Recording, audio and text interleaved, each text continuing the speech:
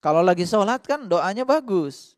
Inna sholati wa nusuki wa mahyaya wa mamati lillahi rabbil alamin la syarikalah wa bidzalika umirtu. Keren banget itu. Sesungguhnya hidupku, matiku, ya, ibadahku, sholatku, semua untukmu ya Allah. Kan gitu. Wa bidzalika umirtu, apapun yang kau perintahkan, aku ikut Allah. Gitu. Tapi selesai sholat, mulai mengatur-ngatur Allah. Betul nggak? Ketika Allah bisa diatur, bangga sekali. Alhamdulillah doa saya dikabul. Allah mau ngikutin keinginan saya, kan sombong. Merasa sombong nggak kalau lagi cerita doa dikabul? Enggak, merasa soleh. Semua orang kalau sedang cerita bahwa dia setelah berhasil mengatur Allah supaya Allah ngikutin keinginan dia, pasti dia bilang soleh pada dirinya sendiri. Gak ada yang bilang sombong. Tapi sekarang saya tanya sejujurnya, itu soleh apa sombong? Sombong.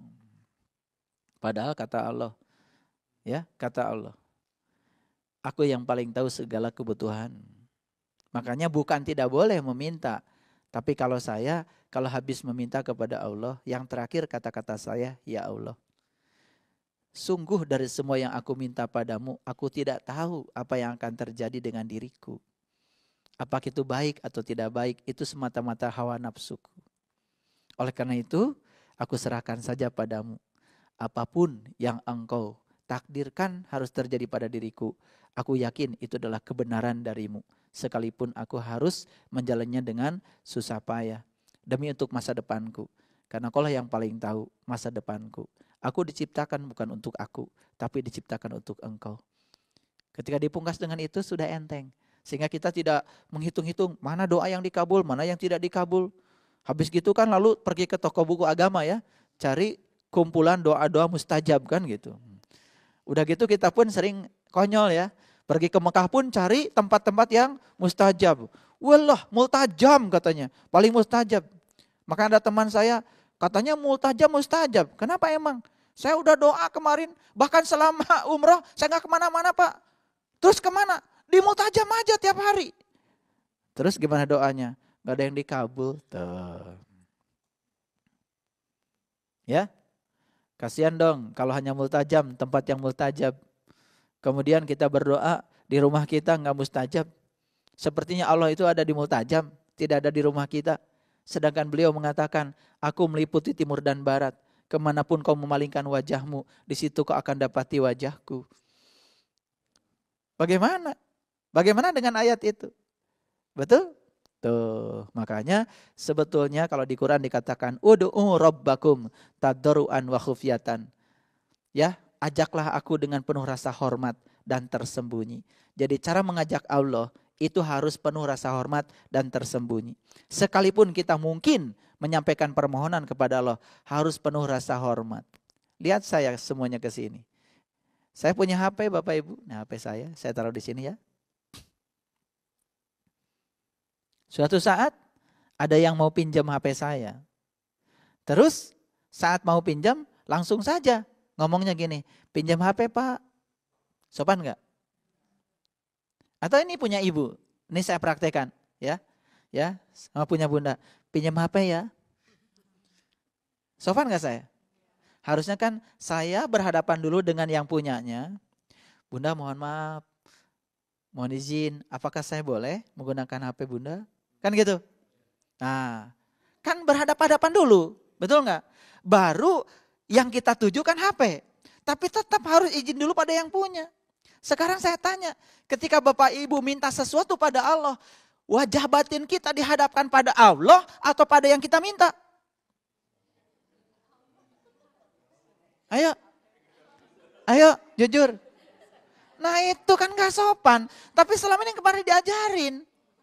Rasanya sopan aja. Tapi kalau kita lagi pegang HP, tiba-tiba pinjam ya. Kan pasti marah. Lu gak sopan. Harusnya izin dulu dong, kan gitu. Tapi hebatnya Allah gak pernah marah. Walaupun kita begitu gak marah. Betul gak? Tetap saja Allah ngasih. Itu hebatnya Allah. Padahal kita tuh gak sopan. Padahal di Quran syaratnya untuk menghadirkan beliau tadarruan. Yang kedua wa khufyatan. Doa yang paling bagus itu yang khafi, yang tersembunyi di dalam batin. Pernah nggak diajarkan doa dalam batin? Enggak. Doanya amin amin amin amin amin. Karena kebanyakan orang begitu kita ikut. Padahal di Quran nggak diajarkan. Dua syarat menghadirkan Allah. Satu tadoru, yang kedua khufyat dan tersembunyi. Itu saja penuhi, aduh luar biasa. Bagaimana menghadapkan wajah batin kepada Allah? Kenal juga enggak. Tuh, lagi-lagi kalau kita ingin menyertakan Allah dalam hidup, kenali dulu dong beliau. Ayo, minta tanah, sebidang tanah. Di otak kita yang terpikir Allah atau tanah? Tanah. Minta rezeki berlimpah, yang terpikir Allah atau rezeki yang berlimpah? Rezekinya, betul nggak? Kan nggak sopan. Itu sebetulnya sudah nggak sopan. Tapi kita kalau lagi doa, merasa paling soleh aja. Ada nggak orang lagi doa menghadapkan wajah batinnya pada Allah? Ada yang sudah tahu. Tapi kebanyakan kan belum tahu, belum tahu ilmunya. Masih tertutup kok pandangan batinnya. Selama mata kalbu kita masih tertutup, selama itu pula kita tidak akan pernah bisa menghadapkan wajah batin kita kepada Allah. Nabi Ibrahim baru mengatakan, ini wajah tuh. Aku hadapkan wajahku. Wajhalilladzi fataras samawati wal, pada zat yang telah menciptakan langit dan bumi. Setelah beliau bertemu dengan Tuhan. Silahkan dibuktikan, itu di Quran surat Al-An'am. Lengkap ceritanya. Ini jadi panjang ya jawabannya. Nah, itu berkenaan dengan itu. Jadi itu perjalanan spiritual meniti ke dalam diri. Gak boleh pakai berburu. Berburu artinya melibatkan keinginan kita sendiri. Makanya jangan terlalu banyak keinginan. Keinginan itu boleh selama keinginan di bawah kebutuhan. Karena apa? Hidup berdasarkan kebutuhan lebih sederhana dari hidup berdasarkan keinginan. Yang suka membuat hidup kita ruwet itu keinginan, bukan kebutuhan. Boleh punya keinginan? Boleh. Selama keinginan masih di bawah kebutuhan. Pak, saya menginginkan mobil yang bagus. Apa mereknya? Alphard. Terus buat apa? Supaya saya bisa istirahat. Supaya lega. Kamu butuh? Butuh Pak. Karena kerjaan saya ya kebanyakan di jalan. Jarang bisa istirahat di rumah. Karena saya pengusaha Pak. Rapat pun di mobil. Oh itu kebutuhan. Boleh. Saya pengen mobil Alphard Pak. Supaya apa? Supaya lega. Kerja di mana? Enggak kerja. Assalamualaikum warahmatullahi wabarakatuh. Waalaikumsalam warahmatullahi wabarakatuh. Izin perkenalkan, nama saya Muhammad Baget Pagesa. Asal saya dari Palu. Dari Palu ya? Dari Palu. Jauh-jauh tadi dari Padang nih, dari Palu. Sulawesi Tengah. Dari Jakarta. Iya jauh Pak. Karena untuk mendapatkan sebuah pencerahan ini Pak. Baik. Begini Pak, ada beberapa pertanyaan. Saya pernah membaca Al-Quran. Di dalam Al-Quran itu ada beberapa penjelasan yang menceritakan tentang orang-orang kafir itu, orang-orang Bani Israel yang kemudian menindas kaum Bani Israel. Fir'aun itu mereka menindas Bani Israel. Nah, di situ tidak dijelaskan alasan apa penyebabnya sampai Bani Israel ini ditindas. Yang menjadi pertanyaan, mohon kiranya dijelaskan Pak, apa yang melatar belakangi Fir'aun itu menindas Bani Israel. Ya, terima kasih Pak. Assalamualaikum warahmatullahi wabarakatuh. Waalaikumsalam warahmatullahi wabarakatuh.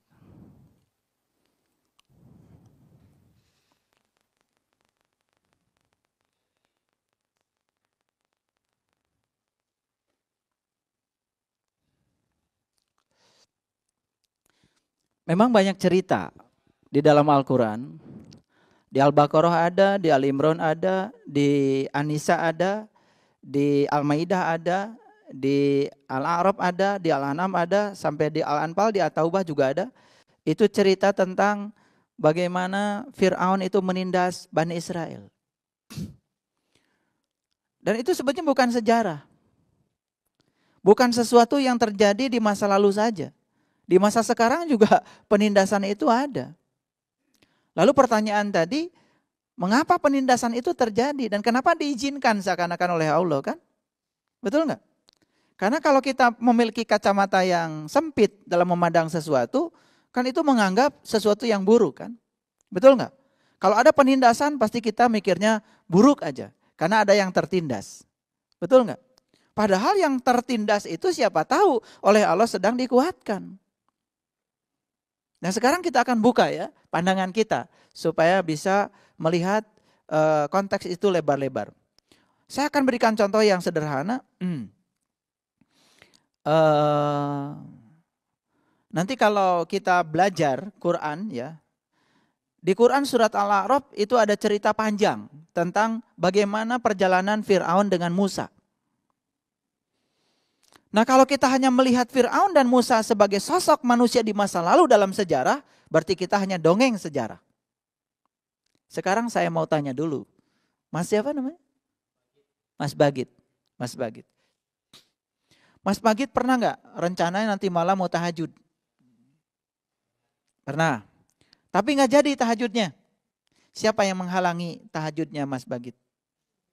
Orang lain, tentara, polisi, atau ada preman masuk ke rumah, atau Mas Bagit sendiri yang bilang ngantuk. Siapa yang suka menghalangi? Diri sendiri, betul? Diri sendiri, ya toh? Wah, habis pencerahan kemudian ada keinginan, saya akan rubah diri saya. Saya akan rubah sekarang. Oh semangat ya, semangat di tempat pencerahan. Sampai rumah ternyata lain lagi, lain lagi. Ya, diajak teman ke sana mau, diajak teman ke sini mau, ya.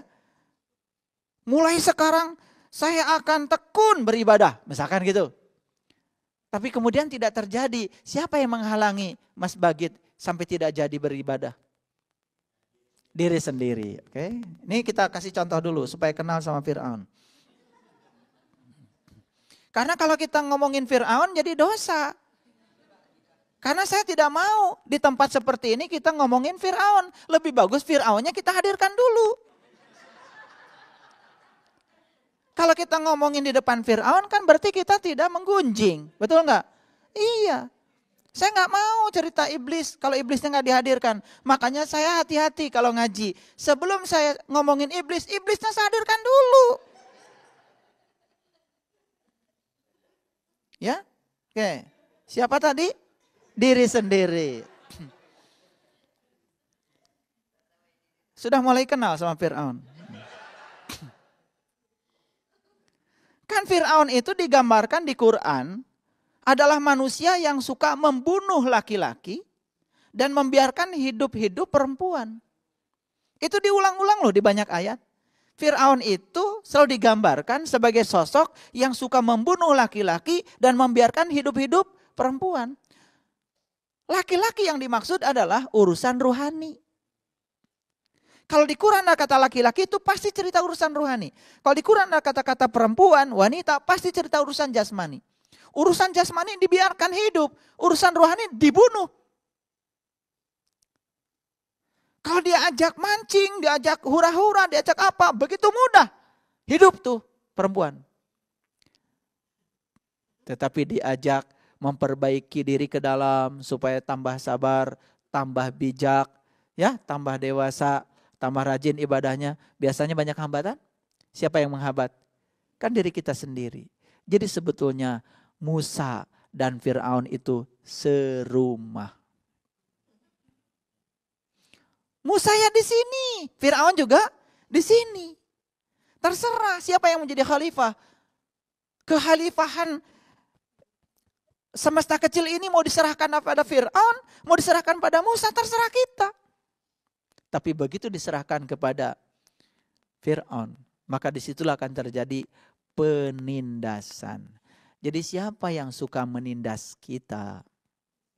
Diri sendiri. Jadi kalau begitu, Fir'aun sudah hadir di ruangan ini? Iya. Nah jadi sekarang saya akan bicara Fir'aun jelas-jelasan. Karena tidak membicarakan Fir'aun, tidak menggunjing Fir'aun. Ada pengajian menggunjingkan Fir'aun, itu dosa. Nah, di Quran itu banyak sekali cerita tentang itu. Dan Fir'aun juga bisa saja datang dari luar diri kita. Bisa. Tapi kebanyakan sebutnya dari dalam diri kita. Saya kasih tahu Bapak Ibu, api itu banyak di luar kita. Tapi kebakaran hanya terjadi oleh api yang di rumah kita. Betul nggak? Iya. Kebakaran rumah biasanya terjadi karena api yang ada di rumah kita. Jadi biarkan orang-orang di luar marah-marah sama kita, no problem. Yang penting jangan sampai ya api yang ada di dalam rumah kita ini membakar diri kita. Karena yang paling berbahaya api yang di sini. Paham? Oke. Nah, sekalipun ada penindasan dari luar diri kita, percayalah, penindasan itu seperti batu yang sedang dilemparkan ke rumah kita. Kalau ada orang yang melemparkan batu ke rumah kita, kumpulkan aja batu itu. Siapa tahu jadi rumah. Nah, biasanya suka dikumpulkan nggak batu itu atau diganti batu yang besar dan dilemparkan lagi? Nah, itulah kita. Itulah Fir'aun tuh. Jadi kalau Fir'aun tuh ya, kalau dilemparin batu, ya bukan dikumpulkan, itu batunya diambil lagi, bahkan dilemparkan dengan kecepatan yang lebih tinggi daripada kecepatan orang melempar. Musa enggak. Kalau Musa tuh cerdas. Kalau dilemparin batu, sama Musa lumayan kumpulkan. Coba kalau ada orang melempar menyimpan kotoran sapi di depan rumah kita, persis di depan pintu. Kotoran sapi 1 ember. Saya tanya Bapak Ibu, ini ngecek Fir'aun apa Musa? Diapakan itu? Hah? Itu Musa. Udah jadi Musa sekarang gara-gara bertanya itu. Kalau yang cerdas, alhamdulillah ada yang ngasih pupuk, betul nggak? Ya sudah. Ya, beli pupuk kan mahal, kasih aja pohon jeruk, pohon anggrek semua kasih pupuk kan lumayan, betul nggak? Tapi kalau yang berjiwa Fir'aun tidak. Begitu dikasih kotoran sapi, anaknya semua suruh berak. Buat nambah. Khusus kali ini anak-anak berak jangan di toilet. Di mana? Di sini. Ini kita kirim lagi ke tetangga kita nih. Kan gitu. Itu Fir'aun. Ayo. Di ruangan ini banyakkan Musa, banyakkan Fir'aun. Insya Allah banyakkan Musa ya. Atau setengah Musa, setengah Fir'aun. Itu namanya musafir ya. Nah saya kasih tahu. Ini ada satu ayat yang luar biasa di dalam Al-Quran. Saya bacakan ayatnya luar biasa ini. Wa arasnal qaumal ladzina kanu yustad'afuna masyariqal ardi wa maghari bahallati bibarakna fiha. Wa tammat kalimatu. Dan kami wariskan kepada kaum yang telah ditindas itu 2. 1 negeri bagian timur, 2 negeri bagian barat yang telah kami berkahi.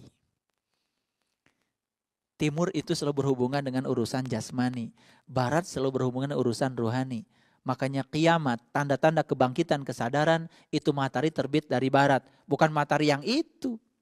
Matahari terbit dari barat itu matahari ruhani, matahari sejati yang terbit di dalam diri kita sendiri. Sebenarnya tubuh kita tuh bercahaya kalau tahu. Kalau enggak ya gelap aja. Di tubuh kita tuh bintangnya banyak tak terbatas. Bulannya purnama terus tak terbatas. Mataharinya pun luar biasa. Bagi yang tahu. Kalau yang masih gelap gulita sih enggak akan tahu. Makanya sholatnya suka mikir kemana-mana kan. Ya gitu enggak ada rasanya ya. Habis gitu juga masih sombong. Mulai membicarakan orang yang gak sholat. Luar biasa ya, sholatnya masih kayak gitu. Udah mulai menilai orang lain yang gak sholat. Sholat dia juga kata Quran mungkin aja masih kategori sholatnya orang munafik. Karena belum bisa mengingat Allah sebenar-benarnya ingat. Itu Quran surat An-Nisa ayat 142. Ini janji dari Allah. Akan aku wariskan kepada kaum yang ditindas itu negeri bagian timur dan negeri bagian barat. Jadi ternyata penindasan, kalaupun itu ada, tujuannya cuma 1. Untuk memberikan izin kepada kita untuk menjadi pewaris bumi bagian timur dan bagian barat yang diberkahi. Timur itu berhubungan dengan dunia, barat berhubungan dengan akhirat. Timur itu berhubungan dengan jasmani, Barat itu berhubungan dengan rohani. Makanya siapa saja yang mengejar Allah dalam hidupnya, dia akan dapat dua, Allah dan dunia. Siapa yang mengejar dunia, dia akan kehilangan dua, Allah dan dunia. Pilihan ada pada diri kita, mau mengejar, mau dapat dua-duanya atau hilang dua-duanya. Makanya kalau kerja jangan cari uang, cari yang punya uang. Memang beda? Beda. Kalau kita kerja cari uang, sambil kerja mikirin uang. Kalau kita kerja mencari yang punya uang, sadar saat kerja, ya Allah, aku bekerja di sini bukan kebetulan. Aku yakin aku diperjalankan di sini, di perusahaan ini, karena Engkau hendak menggunakan tanganku untuk berkarya di sini. Aku berkarya di sini menghasilkan karya apapun, karena aku sedang menjadi kepanjangan tanganmu untuk menyampaikan cinta dan kasihmu. Kerja di pabrik roti penuh dengan rasa cinta. Bikin roti dengan cinta, beda dengan bikin roti marah-marah. Betul enggak? Rasanya beda, ya. Rasanya beda. Coba kita datang berkunjung ke rumah orang yang nyuguhin sesuatu udah enggak senyum. Betul enggak? Cara menyajikan piringnya pun terasa gitu. Duk. Nah gitu. Kesini, padahal yang bunyi meja, tapi bunyinya ke sini. Duk gitu ya. Cara menyajikan sendoknya, luar biasa. Kayak musik apa tuh? Pokoknya luar biasa. Itu kerasa. Itu makanannya langsung gak enak. Saya masih ingat ya. Ibu saya mengajarkan. Kalau bikin sayur katanya lagi marah-marah. Itu basinya lebih cepat. Dan kalau bikin sayur dengan cinta, penuh cinta kasih. 2-3 hari tidak basi. Kenapa? Kalau dikaitkan dengan penemuan Profesor Masaru Emoto. Kan sayur isinya air. Karena kalau marah berarti struktur kristal airnya juga tidak bagus. Basinya lebih cepat. Tapi dengan penuh cinta kasih. Struktur kristal air yang ada di sayur itu jadi kristal. Kristalnya heksagon. Indah. Otomatis airnya bahagia. Air yang bahagia tidak mungkin menyakitkan. Kalau orang bikin sayur kemudian habis bikin sayur kemudian serumah mencret. Itu pasti gak ikhlas. Loh kok bisa begitu? Itu ilmu nujum atau apa? Enggak, ini sains. Ini sains. Sains, ya. Bukan ilmu nujum. Ya, ini sains. Jadi ya, Mas Bagit, kembali lagi pertanyaan Mas Bagit tadi, ya, kenapa penindasan mesti ada? Penindasan itu adalah palu untuk membuat baja menjadi berharga. Jadi kalaupun suatu saat kita harus tertindas dalam kehidupan ini, percayalah, penindasan itu bukan musibah. Bisa menjadi berkah bagi orang yang bisa mengelolanya. Makanya dalam hidup ini sebetulnya yang paling penting adalah kecerdasan kita untuk mengolah dan memanfaatkan semua sumber daya yang ada untuk kebaikan kita. Toh pada akhirnya kan kita bisa melihat kehidupan kita lebih baik, bukan? Itu pada akhirnya. Baik, itu jawaban saya. Ada pertanyaan lain? Silakan. Assalamualaikum warahmatullahi wabarakatuh. Waalaikumsalam warahmatullahi wabarakatuh. Yang saya ingin tanyakan adalah, maaf, nama saya Arifuddin Ismail. Dalam Al-Quran surat Al-A'raf, Allah pernah mengirimkan taufan belalang, kutu, katak, dan darah. Apakah ini benar-benar terjadi atau kiasan? Mohon penjelasannya. Baik. Terima kasih. Ya.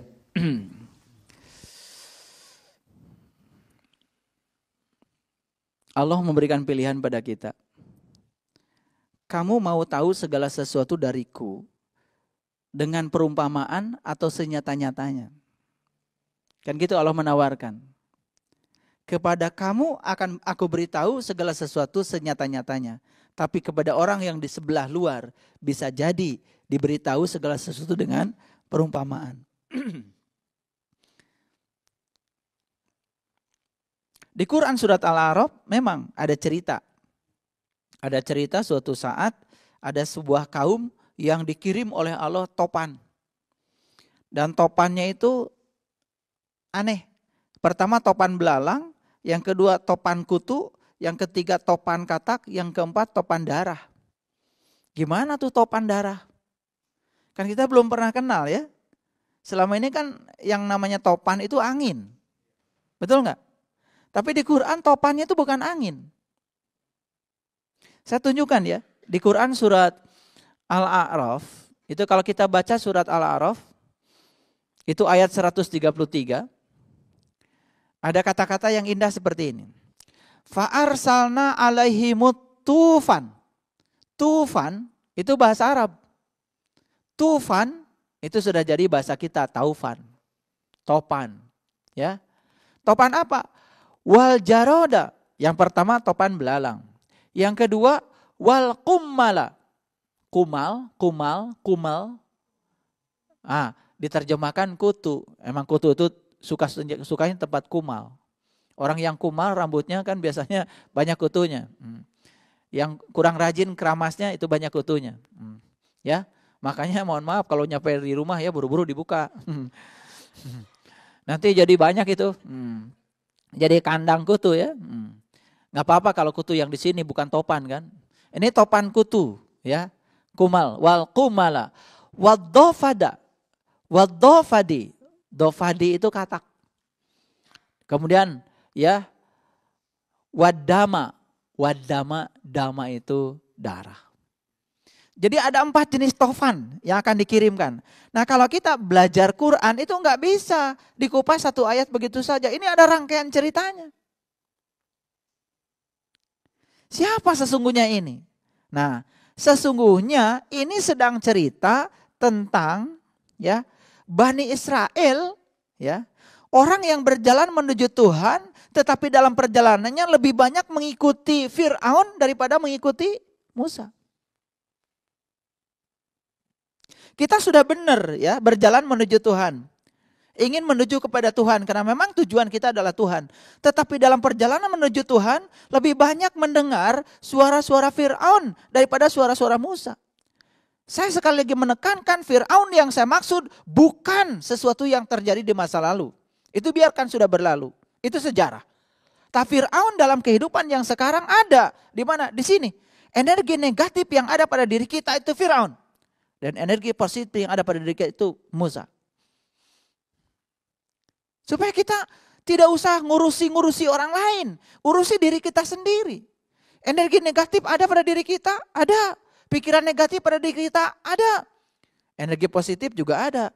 Cuman terserah energi mana yang mau kita biarkan tumbuh berkembang. Lebih lebat dalam diri kita. Kan itu pilihan kita. Kalau ingin tumbuh energi negatif ya tentu saja. Harus banyak ya melakukan tindakan-tindakan yang kalau ingin tumbuh yang positif, banyaklah melakukan tindakan-tindakan yang positif. Pikirkan yang positif. Ya toh? Katakan yang positif. Dan lakukan yang positif. Ketika kita memikirkan yang negatif, membicarakan yang negatif, melakukan yang negatif, jangan salah dalam diri kita. Ya akan banyak itu adalah bisikan-bisikan Fir'aun. Sehingga dia selalu saja menghalangi perjalanan rohaniah kita. Mau sabar susah. Mau lapang dada susah. Mau ikhlas susah.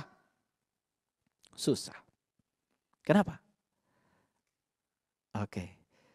Pertama, saat kita mengizinkan diri kita diserang oleh energi negatif dari diri kita. Satu, kita mengizinkan topan belalang datang pada diri kita. Belalang itu ya kalau sudah menyerang tanaman, itu tanaman itu sebentar dia loncat ke situ gundul, sebentar loncat gundul, sebentar loncat gundul. Kalau sudah diserang belalang gundul itu, padi saja kalau diserang belalang itu seperti pakai arit itu. Patah itu. Kemana? Bukan sekedar dijatuhkan ke bawah. Kalau tikus dia gigit dia jatuhkan ke bawah. Kalau belalang dimakan. Dan kalau topan belalang yang datang banyak sekali kan habis dimakan. Apa maknanya? Maknanya tanaman-tanaman yang kita tanam dalam diri kita itu akan habis dimakan oleh topan belalang. Sedikit kebaikan yang pernah kita tanam habis. Sedikit kesabaran yang pernah kita tanam habis. Betul gak? Iya. Dihabiskan oleh apa? Dihabiskan oleh pikiran, kata-kata dan perbuatan kita sendiri. Nah kita itu sering tidak sadar. Karena kita jarang muhasabah. Tahu-tahu nanti kita termasuk orang yang bangkrut. Kenapa? Karena kita merasa tabungan kita banyak. Hal yang sederhana saja. Kita banyak mungkin melakukan kebaikan. Tapi pada saat yang bersama kita sering menggunjingkan keburukan orang lain. Makanya ketika kita sedang menggunjingkan keburukan orang lain, bukan sekedar kita sedang memakan bangkai darah saudara kita sendiri. Tapi yang paling berbahaya adalah memindahkan, mentransfer seluruh kebaikan kita pada orang yang kita bicarakan. Dan mentransfer seluruh keburukan kepada buku amal kita. Apa yang terjadi? Kalau seluruh kebaikan ditransfer ke sana, seluruh keburukan mereka ditransfer ke kita. Kan di buku amal kita yang ada adalah perilaku-perilaku buruk yang mungkin tidak pernah kita lakukan. Tetapi dipindahkan oleh kejahatan kita menggunjingkan orang lain. Hati-hati, dan itu sangat menggugurkan. Itu topan belalang sebetulnya. Dan itu akan menggerogoti seluruh tanaman-tanaman kebaikan kita. Yang namanya belalang, apa saja yang ditanam itu dimakan. Belalang. Yang kedua kutu. Kutu itu apa? Aduh, kutu. Kalau orang banyak kutu di kepalanya biasanya ngapain dia?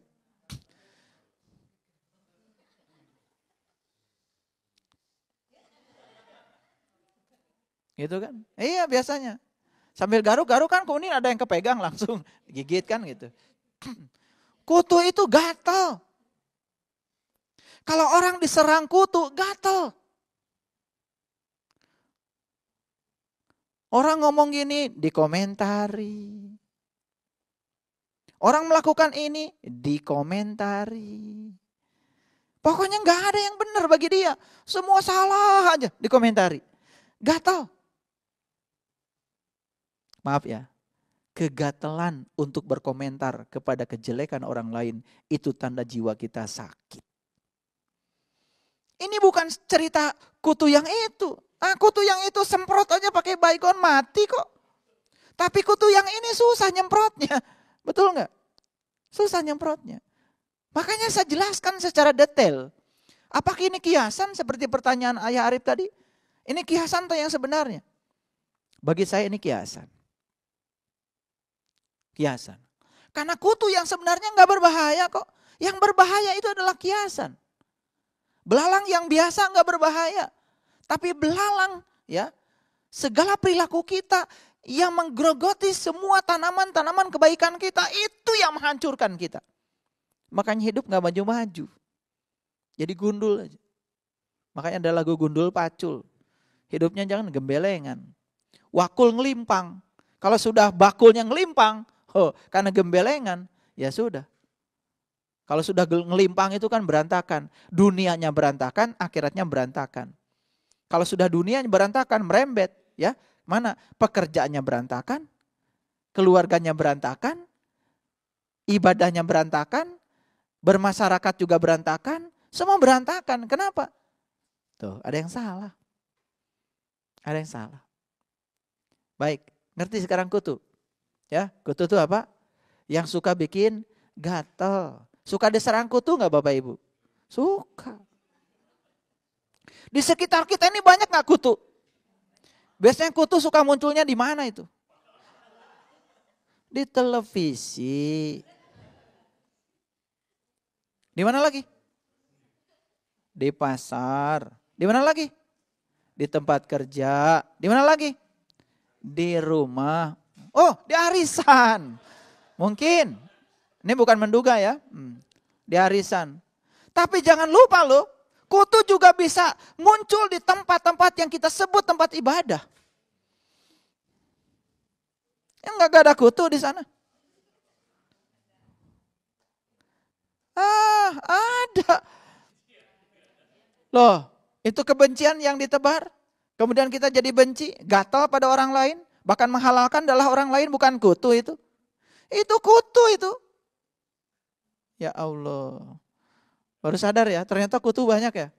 Iya, kutu yang di kepala beli sampo. Kalau enggak ya udah beli itu aja. Beli baygon, semprot aja udah. Atau digundulin sekali ya. Iya, kan kutu itu akibat apa? Jorok. Kutu itu akibat jorok. Saya yakin orang yang keramasnya rajin, apalagi wangi kepalanya, enggak ada kutu. Makanya kutu disebutnya juga bahasa Arab wal kumal. Kumal. Ya kumal itu caludi kalau bahasa Inggrisnya. Iya. Itu. Dan kalau kutu itu ya sudah ada di situ. Beranak pinak. Kan menimbulkan dampak. Dampaknya jadi gatal. Nah, kutu yang itu pun tidak berbahaya. Karena yang paling berbahaya adalah ya informasi yang buruk, fitnah-fitnah, isu, berita hoax itu bagi saya kutu. Makanya banyak orang yang kena serangan hoax kemudian gatal. Betul nggak? Dan anehnya berani menginvestasikan pulsa dan kuota untuk menebarkan kebencian pada orang lain. Luar biasa. Investor itu. Nah, yang ketiga adalah katak. Hebat. Wadofadi, katak. Makanya ada peribahasa seperti katak dalam tempurung. Nah, katak itu biasanya suka merasa asik sendiri, hebat sendiri, padahal tempurungnya sendiri. Ya, nyanyi-nyanyi sendiri, nggak pernah rekaman. Ya, iya, tapi dia bilang paling baik nyanyinya. Mau nyanyi sendiri, yang didengar juga sendiri. Itu katak. Katak itu yang suka asik sendiri, merasa benar sendiri, merasa paling soleh sendiri. Kalau ngomong merasa yang paling hebat sendiri. Itu katak itu sebetulnya. Karena itu kurang pergaulan. Makanya kurang pergaulan, bahasa Arabnya kuper. Itu bahasa Arab itu. Iya, kata dasarnya kafir. Iya, kafir, kuper, koper, kiper itu sama sebetulnya sejenis. Nah, kurang pergaulan itu sebetulnya akibat kurang piknik. Iya, jarang jalan-jalan, ya. Iya, katak itu kan diam aja di tempurung, kurang jalan-jalan. Ya, coba kayak burung bangau, terbang kemana? Ya, dan untuk jalan-jalan yang paling gampang kan terbang. Ya, yang terbang itu, ya, mohon maaf ya. Untuk ngaji pun tuh dari Palu datang ke Jakarta, terbang. Karena kalau di Palu terus mungkin kan, ya khusus untuk Mas Bagit. Siapa tahu kan malah jadi katak, betul nggak? Dan ternyata katak itu topan. Berarti jumlah katak banyak apa enggak? Banyak. Iya. Baru ngaji di musola aja beberapa minggu, besok kan udah pakai ubal-ubal. Ya. Bukan merendahkan, walaupun ada motivasi, sampaikan walaupun satu ayat, itu salah kaprah. Baru apal satu ayat, besok udah ceramah. Hati-hati menerjemahkan hadis itu. Sampaikan walaupun satu tanda. Makanya ngaji jangan salah. Ayat itu bukan ayat. Ayat itu bahasa Arab, bahasa Indonesianya tanda. Sampaikan walaupun satu tanda. Tanda siapa? Ya tanda Allah. Kalau sudah tahu satu tanda Allah, sudah tahu Allah. Kalau mau menyampaikan sesuatu, tahu dulu Allah. Baru boleh menyampaikan. Bukan hafal 1-2 ayat menyampaikan, itu keliru. Makanya rusaknya pelajaran agama itu oleh orang yang terbuka mulutnya, mata kolbunya masih tertutup. Terbuka mulutnya, pikirannya masih tertutup. Kan itu yang merusak. Makanya saya katakan hanya di dalam Allah kita bisa bersatu. Saya sedang berbicara persatuan, bukan kesatuan. Karena kesatuan adalah menyamaratakan keberagaman.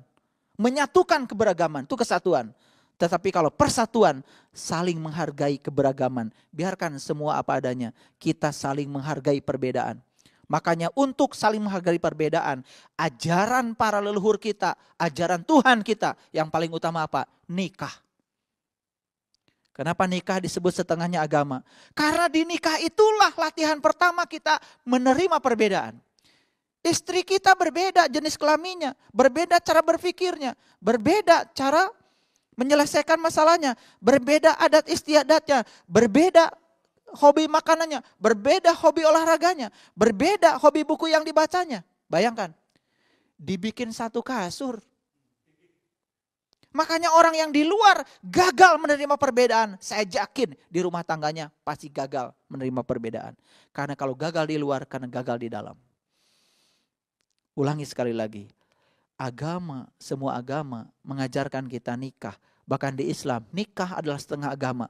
Bahkan diakui oleh Rasulullah, nikah itu adalah sunnahku. Kenapa? Nikah itu latihan menerima perbedaan. Kalau kita bisa berhasil di rumah menerima perbedaan, apapun pasangan hidup kita, terima seutuhnya. Jangan diterima lebihnya, kemudian ditendang kekurangannya. Sampai keluar, baru kita menjadi toleran. Semua orang yang tidak toleran di luar, saya yakin orang yang bermasalah di rumahnya. Tapi orang yang sudah bisa menerima apapun keadaan suami saya terima saja. Ya. Bahkan sudah bisa mengatakan, suami saya adalah profesor saya. Suami saya adalah guru spiritual saya. Oh, itu udah keren itu. Kalau sudah bisa begitu, istri saya adalah profesor saya, istri saya adalah guru spiritual saya. Itu udah keren tuh. Sudah mulai itu tumbuh kesadarannya. Saya yakin orang yang semacam ini di luar juga toleran. Tidak mungkin ya gagal untuk menerima perbedaan. Maka yang dibutuhkan bangsa kita sekarang adalah persatuan. Bukan kesatuan, persatuan. Karena apa? Persatuan adalah menerima semua keberagaman. Makanya lihat ya, falsafah leluhur kita. Kita harus harus memiliki keikaan dalam kebinekaan. Itu persatuan, bukan kesatuan. Makanya banyak yang kadang-kadang asal ngomong kesatuan, hati-hati. Kesatuan dan persatuan itu berbeda. Dan yang paling penting yang harus kita munculkan di negara kita ini adalah persatuan. Saling menghargai perbedaan. Itu keren. Katak ya. Dan yang terakhir adalah darah. Darah itu kan simbol dari kebencian, simbol dari kejahatan. Makanya siapapun orang yang dikuasai oleh Fir'aun di dalam dirinya, maka akan muncul yang 4 tadi. Pertama belalang, yang kedua kutu, yang ketiga katak, yang keempat darah. Hebat sekali Quran. Dan kalau kita bisa mengkajinya secara pragmatis, nilai-nilai Al-Quran itu menjadi nyata di dalam kehidupan kita. Itu luar biasa. Ya. Masih ada pertanyaan?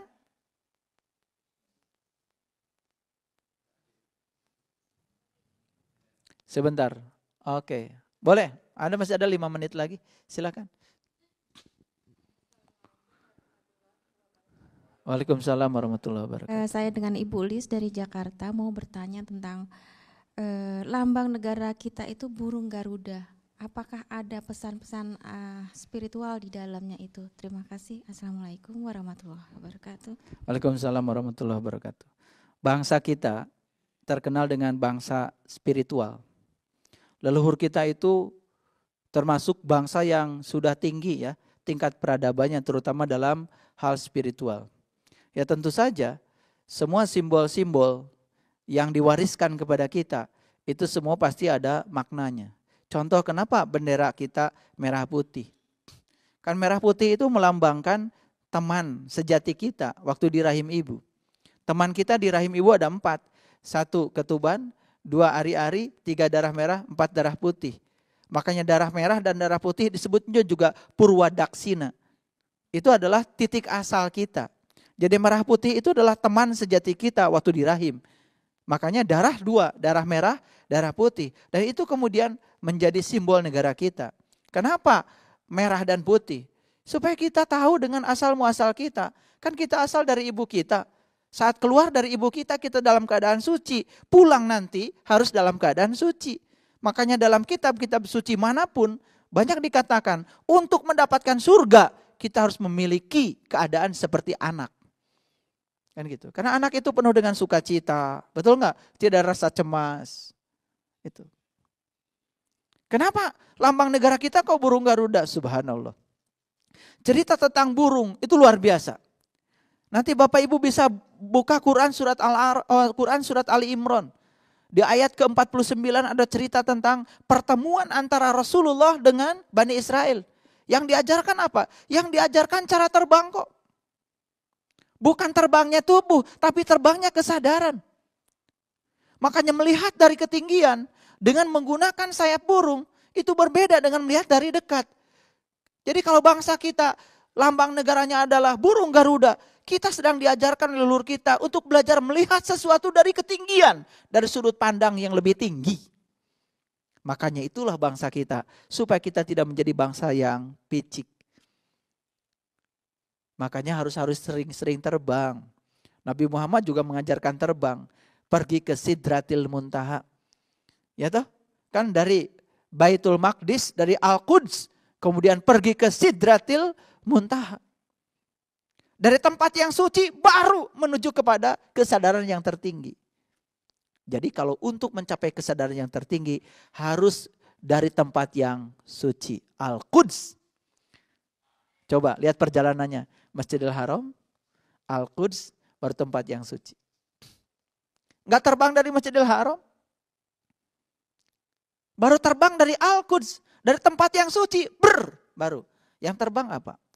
Bukan tubuhnya, tapi kesadarannya. Jadi kita ini sebetulnya punya kemampuan untuk terbang. Terbang kesadaran kita ke langit-langit yang paling tinggi. Dan itulah pesan yang luar biasa dari lambang negara kita. Semoga kita bisa menangkap pesan itu. Dan kita pun bisa terbang setinggi mungkin. Melihat sesuatu dari ketinggian berbeda dengan melihat sesuatu dari tempat yang dekat. Itu barangkali pesannya. Pertanyaan luar biasa. Mungkin tidak semua pertanyaan Bapak Ibu mohon maaf bisa dijawab sore ini. Semoga semua jawaban ini menyebabkan Bapak Ibu bingung dan tidak puas. Terima kasih. Assalamualaikum warahmatullahi wabarakatuh.